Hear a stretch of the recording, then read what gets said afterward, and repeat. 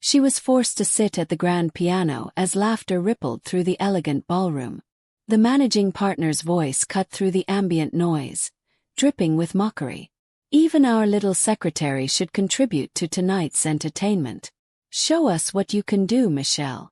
Her trembling hands hovered over the keys as she faced the gleaming black grand piano.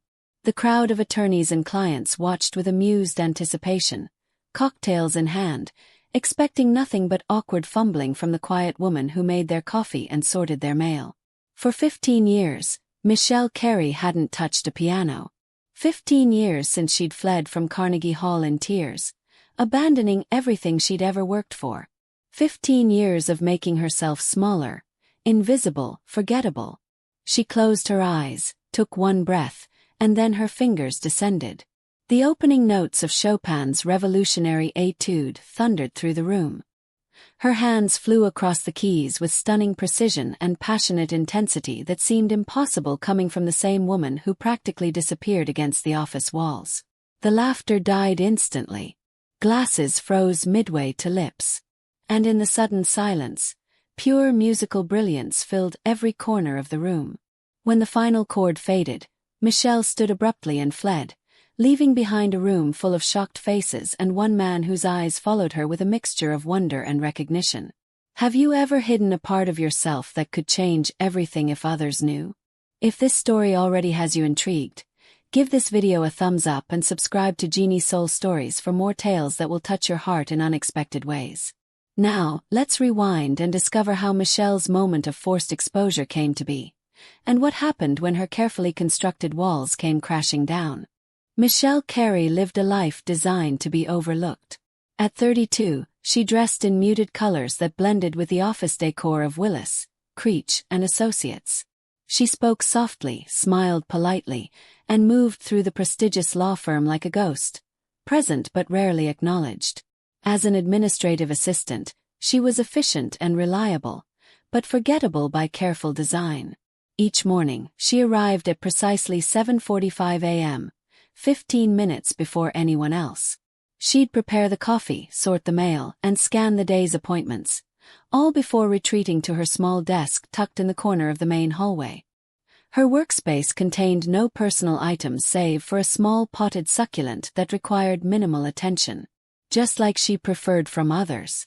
"Morning, Michelle," a deep voice greeted, interrupting her methodical organization of the day's files. It was Bernie Willis, the firm's newest partner, brilliant, charismatic, and unexpectedly kind. Unlike the others, he actually looked at her when he spoke. "Good morning, Mr. Willis," she replied, eyes down, passing him his messages with a practiced efficiency. "Your 9:30 with the Peterson Group was pushed to 10:15. Thank you. And please, I've told you, it's Bernie." His smile reached his eyes, crinkling the corners in a way that made something inside her chest tighten uncomfortably. He lingered a moment longer than necessary, and Michelle felt herself growing smaller under his attention. She had gotten very good at being unremarkable, so why did he keep noticing her? As Bernie walked away, the silence was shattered by the abrasive voice of Kevin Creech, the managing partner whose corner office and cutting remarks asserted his dominance over the firm. "Willis, need you in the conference room. The Richardson merger isn't going to negotiate itself." Kevin barely glanced at Michelle as he strode past, but still managed a casual insult. "And Michelle, my coffee was cold yesterday. Try to get it right today, won't you?" Kevin embodied everything Michelle had learned to fear. Loud, demanding attention, quick to criticize, quicker to dismiss. At 40, his premature silver temples and tailored suits gave him an air of authority. He wielded like a weapon against those he deemed beneath him. "Don't let him get to you," whispered Mary Short, popping up from the mailroom with her cart. At 35, Mary was the closest thing Michelle had to a friend. Her bright clothes and louder laugh a stark contrast to Michelle's careful camouflage. That man was born with a silver spoon so far up his. "Mary!" Michelle's eyes widened as she glanced around nervously. Mary shrugged unapologetically. "All I'm saying is you should stand up for yourself sometime. You're worth 10 of him." If only Mary knew just how much Michelle had once been worth, and how catastrophically she had failed. Later that afternoon, as Michelle sorted case files in the archive room, classical music drifted in from somewhere. Rachmaninoff's Piano Concerto No. 2. Without realizing it, her fingers began to move in perfect synchronization with the complex piece, dancing across the edge of the filing cabinet. "You know this piece."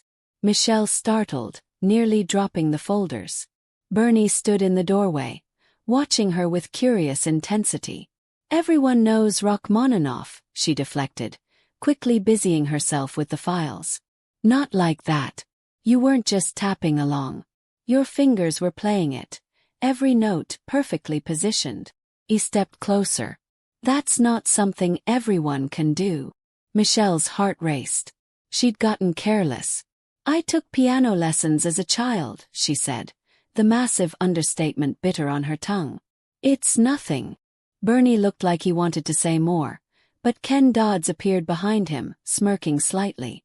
At 33, Ken was Kevin's most devoted follower, laughing at all his jokes and mimicking his dismissive treatment of staff. "Bernie, Kevin's looking for you," Ken said, eyes lingering on Michelle a beat too long. There was something in his gaze, a mixture of interest and disdain, that made her uncomfortable. As they left, Michelle leaned against the filing cabinet, breathing deeply. She'd spent 15 years burying Michelle Carey, the pianist. She couldn't let her resurface now. Once Michelle had been extraordinary. By age 7, she could play Bach's Inventions flawlessly. By 12, she was performing Liszt at regional competitions. Her father, renowned conductor Jonathan Carey, had mapped out her entire life, from child prodigy to international virtuoso. The pressure mounted with each passing year. Practice sessions stretched to 8 hours daily. Mistakes were met with icy disappointment rather than physical punishment, which somehow hurt worse. Her mother, once her buffer against her father's intensity, had died when Michelle was 14, leaving nothing between her and the relentless expectations. Then came that April night at Carnegie Hall. 17 years old, performing Rachmaninoff's notoriously difficult Third Piano Concerto. She had played it perfectly 100 times in practice. But under the lights, with her father conducting and 2,000 pairs of eyes watching, something broke inside her. Midway through the first movement, her hands froze. The music stopped. Sweat beaded on her forehead as panic crushed her chest. She tried to continue, hit a wrong note, then another. The orchestra faltered. She heard whispers ripple through the audience. Saw her father's face contort with rage and shame. Michelle fled the stage. The reviews were brutal. "A promising career ends before it begins," wrote one critic. "Jonathan Carey's daughter proves talent isn't hereditary," mocked another. She never played publicly again. Changed her name from Carey to her mother's maiden name for college, earned a practical degree in business administration, and constructed a life where excellence would never again be expected of her. Bernie Willis had his own ghosts. 3 years ago, his wife Laura had died after a brief, brutal battle with cancer. She had been a cellist with the city orchestra. Her music the first thing that drew him to her at a charity event for the arts. For 15 years, their love had been set to a soundtrack of Bach and Brahms and Dvorak. Her cello singing through their apartment on lazy Sunday mornings. After her death, Bernie couldn't bear to hear classical music. He packed away her records, donated her cello to the youth orchestra she'd supported, and threw himself into his work. The prestigious partnership at Willis, Creech, and Associates was meant to be a fresh start in a new city, away from memories that haunted every street corner. But echoes of Laura seemed to find him anyway, like when he caught the administrative assistant's fingers moving in perfect synchronization with Rachmaninoff. Something about Michelle's carefully constructed invisibility resonated with him. He recognized hiding when he saw it. He'd become quite practiced at it himself. "Did you see this memo?" Mary asked, dropping a paper on Michelle's desk a few weeks later. "Annual firm gala next Friday. Attendance mandatory." Michelle's stomach sank. She'd successfully avoided last year's event with a conveniently timed cold. "I don't think administrative staff are really required." Wrong, Mary cut in. Kevin specifically said, everyone 3 times. And looked right at me when he said it. The gala was to be held at the historic courthouse downtown, an impressive Beaux-Arts building with marble columns and, to Michelle's horror, a restored 1910 Steinway grand piano in the main hall. Every year, one of the partners' children who took piano lessons would play something simple as the guests arrived, a tradition that combined pretentiousness with parental pride. For the week leading up to the event, Michelle contemplated every possible excuse. Food poisoning, family emergency, spontaneous combustion. You're coming, Mary insisted when Michelle floated the idea of a sudden case of malaria. I need someone sane to talk to while the partners get drunk and brag about their billing hours.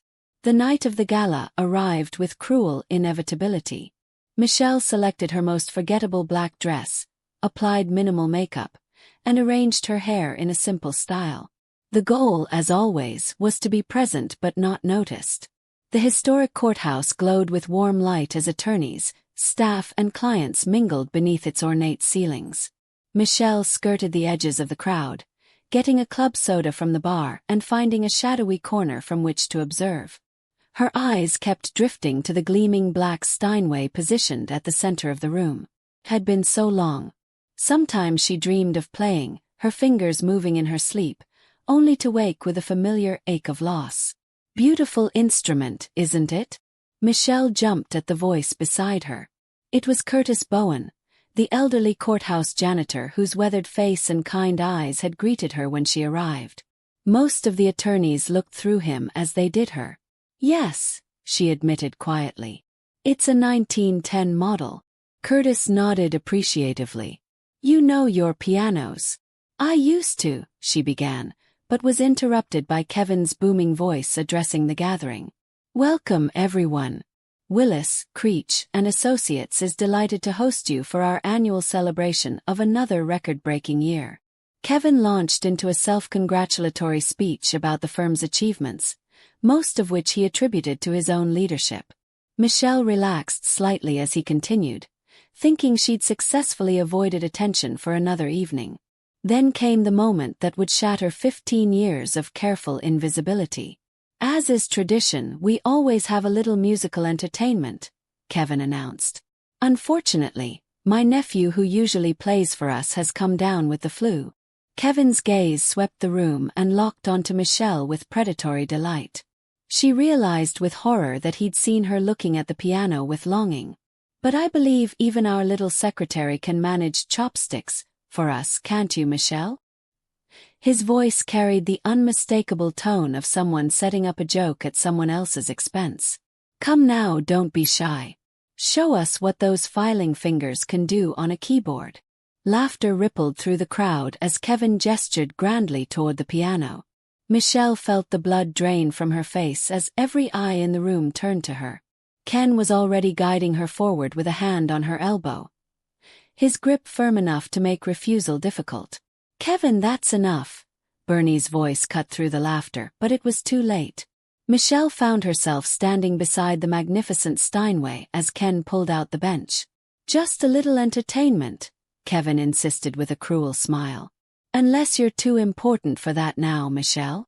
The challenge in his eyes made her realize this was punishment for Bernie treating her with respect. She was being put in her place. Michelle sat woodenly, staring at the pristine ivory keys. The room seemed to spin around her, voices melting into the background as memories flooded back, the weight of expectations, the crushing panic and humiliation. But something else rose within her too. A whisper of the girl who once made music that could stop hearts. The muscle memory in fingers that had once danced across keys making magic. Perhaps it was Kevin's cruelty, or Bernie's concerned eyes watching her, or simply 15 years of hiding finally becoming too heavy a burden to bear. Whatever the reason, Michelle Carey placed her hands on the keyboard, closed her eyes, and surrendered to the music that had never truly left her. The opening thunderclap of Chopin's revolutionary Etude silenced every conversation in the room. Her fingers flew across the keys with a speed and precision that seemed supernatural, drawing sounds from the instrument that it might not have made since leaving the factory over a century ago. The piece was technically demanding, emotionally turbulent, and absolutely unmistakable as the work of a true master. Michelle lost herself in the music, forgetting the crowd, forgetting her fear, forgetting everything but the conversation between her soul and the piano that had been interrupted for 15 long years. When the final chord resonated through the stunned silence of the hall, she didn't wait for reaction. She stood abruptly and fled. Have you ever witnessed someone reveal an extraordinary hidden talent? Share your experience in the comments below. And if you're enjoying this story of hidden depths and unexpected connections, hit that like button and subscribe for more heart-touching stories every week at Genie Soul Stories. Michelle pushed through a side door and found herself in a deserted marble stairwell, her heart pounding as violently as the opening notes of the piece she'd just played. The cool stone against her palms as she braced herself against the wall was the only thing that felt real. What had she done? The door opened behind her, and Michelle braced for Kevin's mockery or worse, a crowd of curious onlookers. Instead, Bernie Willis stood there alone, concern etched across his features. "Are you all right?" he asked, keeping a respectful distance. Michelle couldn't speak. 15 years of carefully constructed identity had just collapsed in under 5 minutes. She was exposed, vulnerable in a way she'd sworn never to be again. "You don't have to explain," Bernie said softly. "But that was..." He paused, searching for adequate words. "Extraordinary." "It was stupid," Michelle countered, finding her voice. "I should have just played chopsticks like he expected. And let him win." Bernie smiled slightly. "I'm glad you didn't."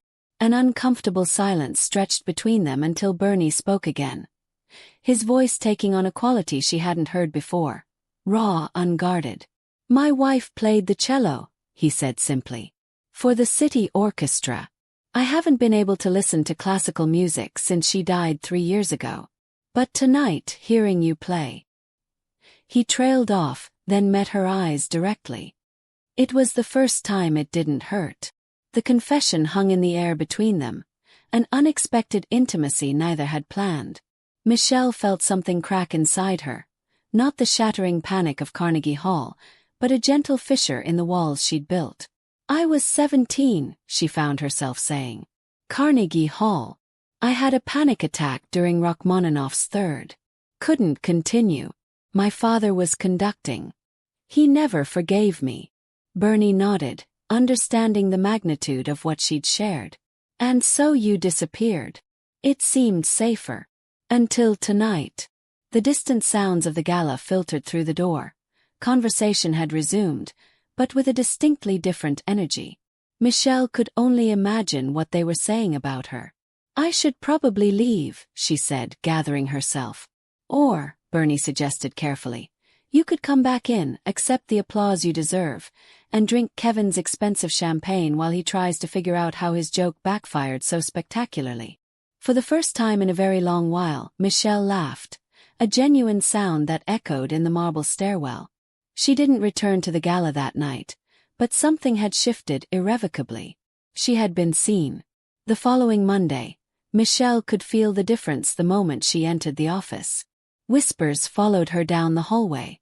Associates who had never acknowledged her existence now watched her curiously. Kevin avoided her entirely, which was a blessing. "You're famous," Mary declared, dropping into the chair beside Michelle's desk. "There are at least 3 different videos of your performance circulating. The clients can't stop talking about it. Apparently, the firm that employs a concert pianist must be very cultured indeed." "I'm not a concert pianist," Michelle corrected automatically. "Could have fooled me. And everyone else with functioning ears." Bernie approached her desk later that morning, his expression hard to read. "Kevin wants to see you in his office." Michelle's stomach dropped. Despite the positive reception from clients, she had embarrassed Kevin publicly. That wasn't something a man like him would forgive easily. Kevin didn't look up when she entered his office. "Sit," he commanded, continuing to review documents as if she were an inconvenience. Finally, he fixed her with a cold stare. "You made me look like a fool." "That wasn't my intention," Michelle replied quietly. Your intentions are irrelevant. What matters is perception. He leaned forward. You've been keeping secrets, Michelle. I don't like secrets unless they're useful to me. The threat was thinly veiled. Kevin outlined new responsibilities that would keep her working late and isolated from the rest of the staff. It was punishment disguised as promotion, and they both knew it. As the days passed, Michelle found herself assigned to the most tedious filing projects, often requiring her to stay long after everyone else had gone home. It was during one of these late nights that she found herself drawn to the courthouse again, using the security badge she'd been issued for after-hours filing access. The grand hall was eerily silent, moonlight streaming through the high windows and illuminating the Steinway like a beacon. Michelle approached it reverently, running her fingers lightly over the polished surface before sitting on the bench. She began tentatively, with simple scales that soon evolved into a Bach prelude, then a Mozart sonata, each piece unlocking something inside her that had been imprisoned for too long. She played for nearly an hour, losing track of time in the joy of rediscovery. You don't rush through the adagio like most do. Michelle's hands froze on the keys as Curtis Bowen emerged from the shadows, a polishing cloth in his hand. I'm sorry, she stammered. I shouldn't be here. Curtis waved away her concern. Music like that deserves to be played, especially on this old girl. He patted the piano affectionately. I keep her tuned myself. Used to play with Ellington's band back in the day before this happened.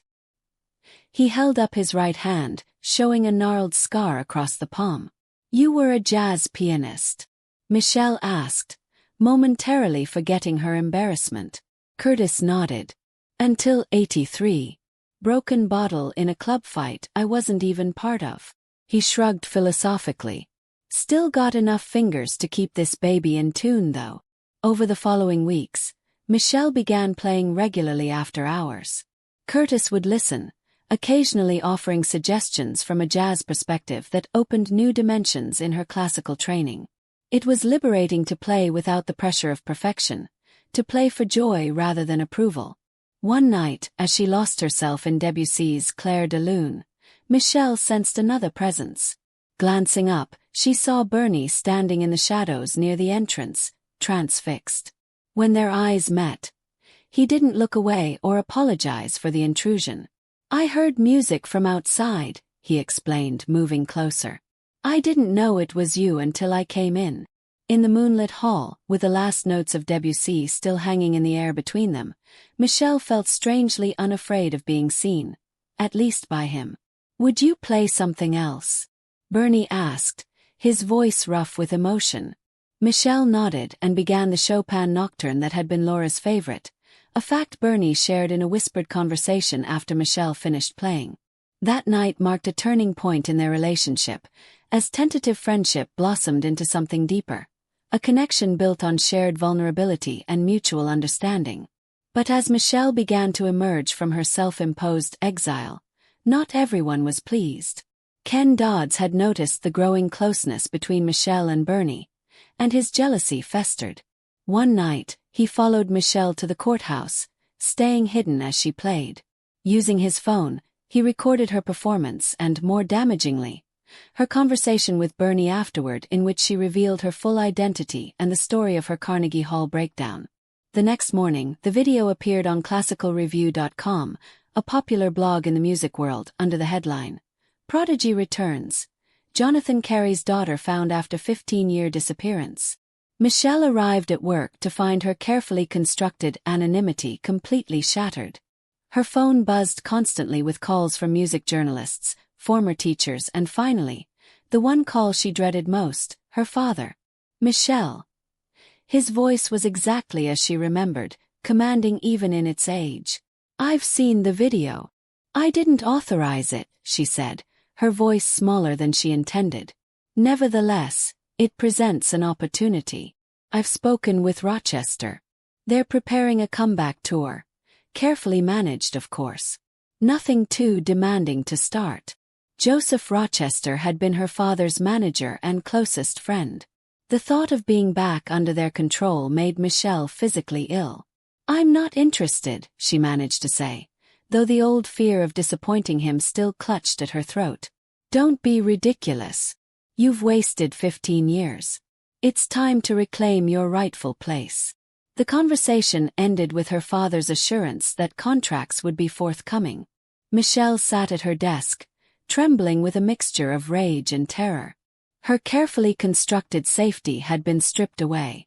She was exposed, vulnerable, and being pulled back into the world that had once crushed her. The aftermath of the video's release created chaos in Michelle's carefully ordered life. Kevin, seeing potential prestige in having a famous pianist associated with the firm, suddenly treated her with oily respect that felt worse than his previous contempt. Clients requested impromptu performances during meetings. Colleagues who had never spoken to her now wanted to discuss classical music as if they'd always been friends. Only Bernie offered genuine support, creating a buffer between Michelle and the sudden unwanted attention. During a rare quiet moment in the office library, Michelle confided her father's plans for her comeback. "What do you want?" Bernie asked, the simple question catching her off guard. No one had asked her that in a very long time. Not her father, who had decided her path before she could walk. Not her college advisors, who saw only a quiet, average student. Not even herself, trained as she was to suppress want in favor of safety. "I don't know," she admitted. "I love playing. I always have. But the thought of being back on that stage, with everyone watching, waiting for me to fail again. What if you played on your terms? Not Carnegie Hall. Not a comeback tour. Just you and the music you love, shared with people who might appreciate it." The idea took root. With Curtis's help, Michelle arranged a small recital at a community center where he taught music to underprivileged children. No publicity, no pressure. Just music offered freely to those who might not otherwise experience it live. The night before the recital, Michelle returned to the courthouse piano one last time. As her fingers moved over the familiar keys, she felt a presence behind her. Expecting Bernie or Curtis, she turned to find Kevin watching her with calculating eyes. "Quite the double life you've been living," he remarked, moving closer. "First the firm's invisible secretary, now the musical prodigy. I wonder what other secrets you're keeping." His tone made her uncomfortable, but Michelle maintained her composure. "No secrets. Just parts of myself I wasn't ready to share." Kevin's smile didn't reach his eyes. "Well, I've made some calls. Your father's manager is very interested in the firm sponsoring your comeback. Excellent publicity for us, of course. The contracts are being drawn up." Ice filled Michelle's veins. "I haven't agreed to any comeback. Come now, Michelle. You can't hide in the administrative pool forever. It's time to be sensible about your future, and by extension your place at this firm." The threat was unmistakable. Kevin was aligning himself with her father, using her employment as leverage. The walls seemed to close in around her as old patterns reasserted themselves. Other people deciding her worth, her purpose, her future. Michelle stood, gathering strength she didn't know she possessed. "My future is mine to decide. Not yours. Not my father's." Kevin's expression hardened. "Consider your options carefully. I'd hate for Bernie to face ethics questions about his relationship with a subordinate." As he left, Michelle remained at the piano, her hands trembling not with fear but with anger. For 15 years, she had run from one cage only to build another. The time for hiding was over. The community center was packed beyond capacity for Michelle's recital. Word had spread despite her attempts at privacy. Music students, courthouse employees, and several of the firm's staff, including Mary, filled the modest space. Bernie arrived just before the performance began, slipping into a seat near the back. Their eyes met briefly across the room, and his encouraging smile steadied her nerves. Michelle had chosen a program that told her story. She began with the Rachmaninoff piece that had once defeated her, facing her deepest fear head-on. The technically demanding concerto flowed from her fingers with confident precision. When she reached the passage where she had frozen at Carnegie Hall, She hesitated only momentarily before pushing through, triumphant. She followed with selections that represented different facets of her journey. Bach for discipline, Chopin for passion, and unexpectedly, a jazz improvisation Curtis had taught her, representing newfound freedom. She concluded with an original composition, something she had been working on secretly for weeks, a piece that moved from dark, chaotic uncertainty to peaceful resolution. When the final note faded, the audience erupted in applause. Michelle stood and bowed, her eyes finding Bernie's in the crowd. Instead of seeking validation from the applause, she looked to the one person who had seen her, truly seen her, when she was trying her hardest to be invisible. As the crowd dispersed, Michelle found herself surrounded by Curtis's young students, their enthusiasm and innocent questions about the piano more gratifying than any critical acclaim. Bernie waited patiently until she had answered each child's question before approaching. "That was incredible," he said simply. "It felt right," Michelle replied, understanding now what had been missing all those years ago: authenticity. She had played her father's music, pursued his dream. Tonight she had played her own. They were interrupted by a familiar figure pushing through the dispersing crowd. Michelle tensed, expecting her father, but it was Ken who approached, looking uncharacteristically chastened. "I just wanted to say, I'm sorry about the video. Kevin made me do it. He wanted to embarrass you at first, then saw the publicity angle." Ken's eyes dotted nervously. "He's in talks with your father's manager. They're planning to announce your comeback tour next week, with or without your consent." Instead of the panic such news would have once triggered, Michelle felt a strange calm. "Thank you for telling me," she said quietly. When Ken left, Bernie took her hand. "What will you do?" Michelle looked down at their intertwined fingers, then back at the modest piano where she had just reclaimed her voice. "Stop hiding," she said firmly. "All of it, the good and the bad. No more running." 1 month later, Michelle sat in a sun-drenched studio attached to Curtis's community center. The space, once used for storage, had been transformed into a teaching area with 2 pianos, a modest upright for beginners and a lovingly restored baby grand Curtis had acquired through his jazz connections. On the wall hung a framed program from Michelle's first official recital as both performer and teacher. The event had not only publicly established her independence from her father's influence, but had raised enough funds to launch a scholarship program for young musicians who couldn't afford lessons. Bernie entered carrying 2 cups of coffee, looking relaxed in casual clothes rather than his usual suit. He had taken a sabbatical from the firm after Kevin's manipulations came to light, using the time to re-evaluate his own path and support Michelle's new venture. "Your 9 o'clock is here," he informed her with a smile. "Extremely nervous, according to her mother." Michelle nodded, understanding perfectly how her young student felt. "Fear is part of it," she said, more to herself than Bernie. "The trick is not letting it stop the music." As Bernie left to show in the student, Michelle's fingers absently played a few notes from her new composition, a piece about finding courage, finding voice, finding love after long silence. The working title was Simple Woman, an ironic nod to what she had once pretended to be and what she had discovered she never truly was. Through the window, she could see Curtis setting up for his afternoon jazz workshop. Inside, she heard Bernie's warm voice greeting her student and her mother. Around her neck hung a small silver key, not to a piano bench or music case, but to the courthouse side door, a gift from Curtis so she could visit the Steinway whenever inspiration struck. Michelle Carey, no longer hiding, took a deep breath and prepared to share not just music but the hard-won wisdom of her journey. That talent means nothing without courage, that perfection matters less than authenticity, and that sometimes the most beautiful compositions emerge after the longest silences. Has there ever been a moment when someone saw your true value when you were trying to hide it? Share your story in the comments below. If Michelle's journey of reclaiming her voice resonated with you, please like this video and subscribe to Genie Soul Stories for more tales that remind us it's never too late to become who we truly are. Thank you for watching, dear viewers.